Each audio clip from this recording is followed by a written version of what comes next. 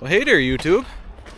She's been a hot minute since we've been on the lot taking a walk, and I apologize for that, but I had to go get some stuff taken care of. I had a slight issue with my back that we had to address, and it took me out for quite a few weeks. I had to stay at home and let her get healed up, but we are back in the saddle here and ready to make some stuff happen. It is a beautiful wintry day, as you can see on the lot. Why we're out wandering on the lot today is we're checking out a project that happened while I was away on my absence, let's call it, and that is actually back here. We're looking at a 4830 sprayer today. The reason we're looking at it is because this machine just had a performance upgrade kit put on it, otherwise known as a puck in the John Deere world. Now, pucks are upgrade kits that you can do to things like planters, sprayers, combines, and tractors. And think of it as adding old, or taking new technology and putting it on old machines. So like the 4830 behind me, this is probably a 2011, 2012 machine, something like that. And it's now got 2026 technology on it in the form of the nozzle bodies. Here, let me extend you up there and let's take a peek. That guy right there, if you notice, these right there, those big guys, are not normally on here. The 5-gun setup here, or what I call like the 5-gun, it's not a gun, but the 5 nozzle body system, that is usually what you find on these sprayers, but behind it is not. What we're looking at is what's called Inc Pro. Inc stands for Individual Nozzle Control. So if you take a sprayer like this sprayer is 100 feet wide when it's completely extended. And when it's 100 feet wide, there's a couple sections on the boom that are going to turn on and turn off application of whatever products it's putting out. So let's just say, for easy math, it's a 100-foot boom. Let's say it's 20-foot sections are what shut off while we're running through the field, which has always been the case with sprayers. Well, in the last few years, companies have been coming out with individual nozzle control, and it's not just John Deere. Precision Planting has their own option now. Raven has their own option. There's a company called Capstone that all do individual nozzle control options. And what it is instead of having these 5 or 7 sections, however many sections at 20 feet at a crack, you're now getting the capability of sucking down your section control to every single nozzle body. So instead of 20 feet at a time that we're using in this example, every 15 inches is when you're shutting off. Well, why does that matter? Well, I've actually got a perfect easel out here in the snow, so let's draw us a little picture. Let's say this is my field. Oh yeah, here, let me get my shadow out of there. What a perfect not square field. And then a lot of what we see in the territory here is we have water runs. So let's say I've got a water run that runs down the hill like this. Okay, so I got my water run here, and I got my square field here. Well, normally my sprayer is going to drive back and forth through the field like this. So what happens is when you come up on this waterway, I've got this 100-foot boom. Let's say my finger is the boom, and it's coming into the waterway. When it hits this waterway, you're only going to shut off in 20-foot increments. So you have to decide, am I going to carry the boom through the waterway so it shuts off when we are 100% covered, so everything over here gets covered? The problem is, if you do that, then you're spraying in the waterway, which can kill the grass in the waterway if you're using an herbicide.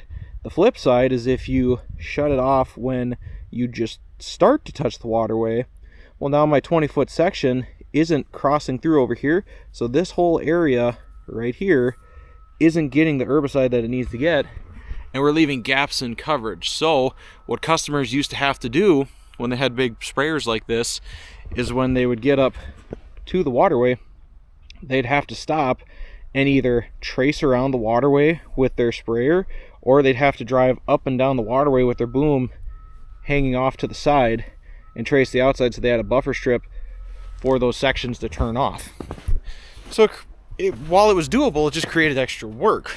And if you got big, square, perfect fields and coming into headlands, probably weren't affected as much of this. Even on a headland, if they're perfect and square, your sections would normally shut off when they get to that headland, and it'd be about perfect. You wouldn't have any carryover or any gaps. But same problem, if I had an angled field like we have around here, like we get a lot of these odd field shapes as well. Maybe not a perfect triangle, but if I make my outer pass and then I'm coming in to my headland where I've already sprayed, well, the same problem. That sprayer is going to want to shut off and either carry more product over where we've already sprayed, or it's going to leave a gap in coverage, which leaves the opportunity open for fertilizer not being placed if you're spraying 28% nitrogen, or if you're spraying an herbicide, you're not covering that entire field, and then, well, when you leave weeds behind, that's just robbing nutrients from your crop. So this is, long story short, this is the solution to try and make this system more efficient. Deere originally came out with a system called ExactApply, which was found in some of our newer sprayers. Came out in like 2020, 2022 era, somewhere around there. And then they came out with Ink Pro, I believe it was last year, but it was only allowed on newer pieces of equipment. And now this last 2026 year, we had ordering capabilities for these older 30 series, which is, like I said, like 2010.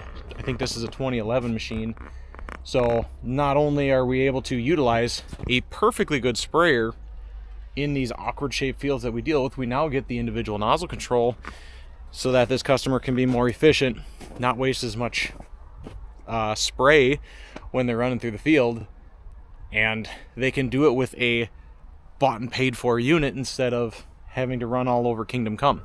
The nice part about this setup is, if you look at what's currently here, a lot of the system was reused. What was added was the nozzle bodies had to be replaced because the old versions don't have these on the back. What these are on the back right there, those are called PWM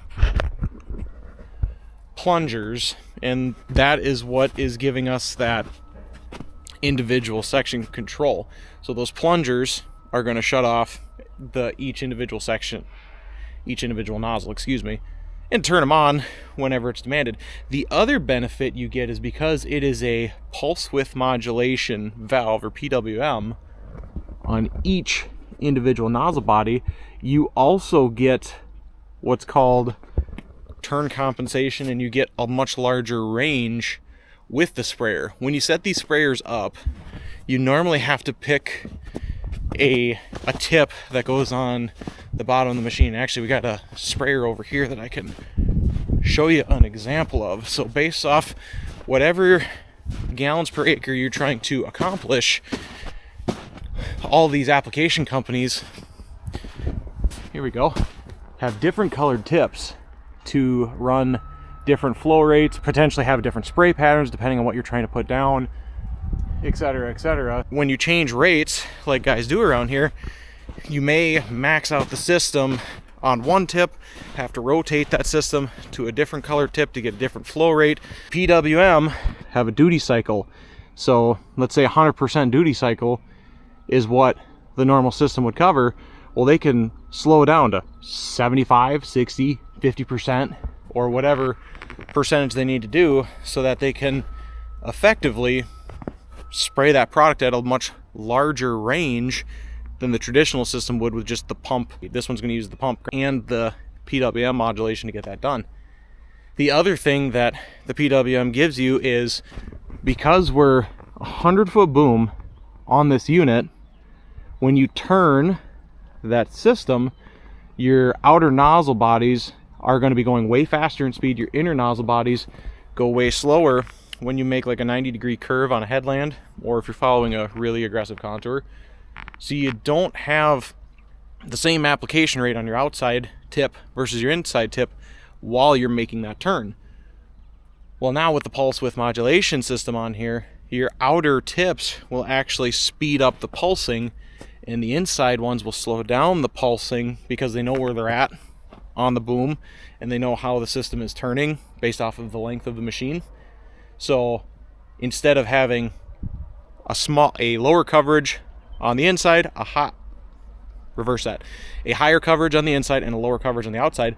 The boom is adjusting when it curves, so you're getting that same consistent, let's say it's 15 gallons to the acre, you get it on the outside and on the inside of that curve, regardless of the fact that you're a 100-foot boom.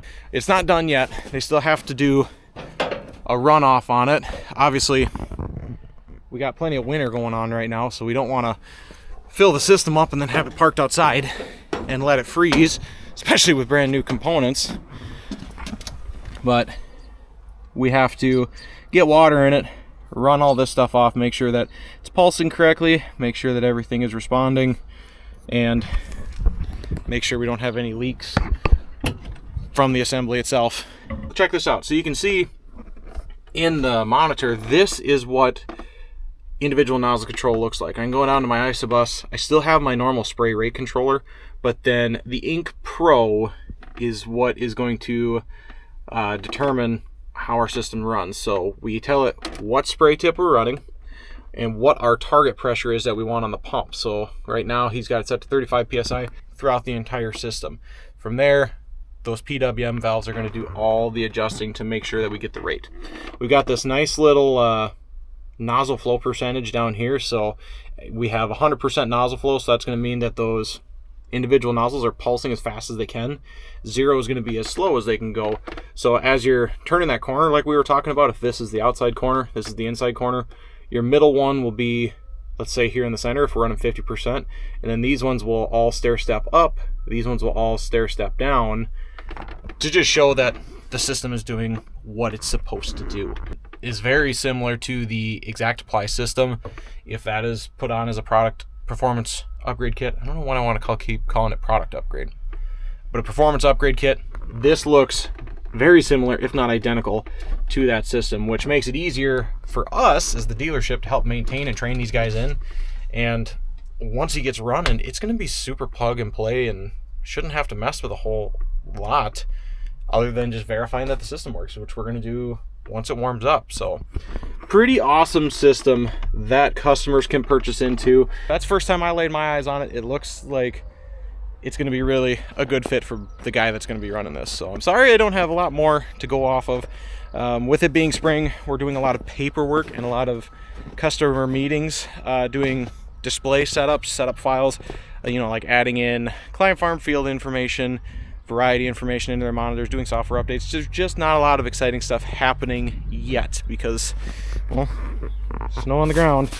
We're not going to be out in the field. So the more we get in the field, the more I hope to do this long form recording and the more I hope to bring you guys along. So thank you so much for checking out the individual nozzle control with me today. We'll see you guys on the next one.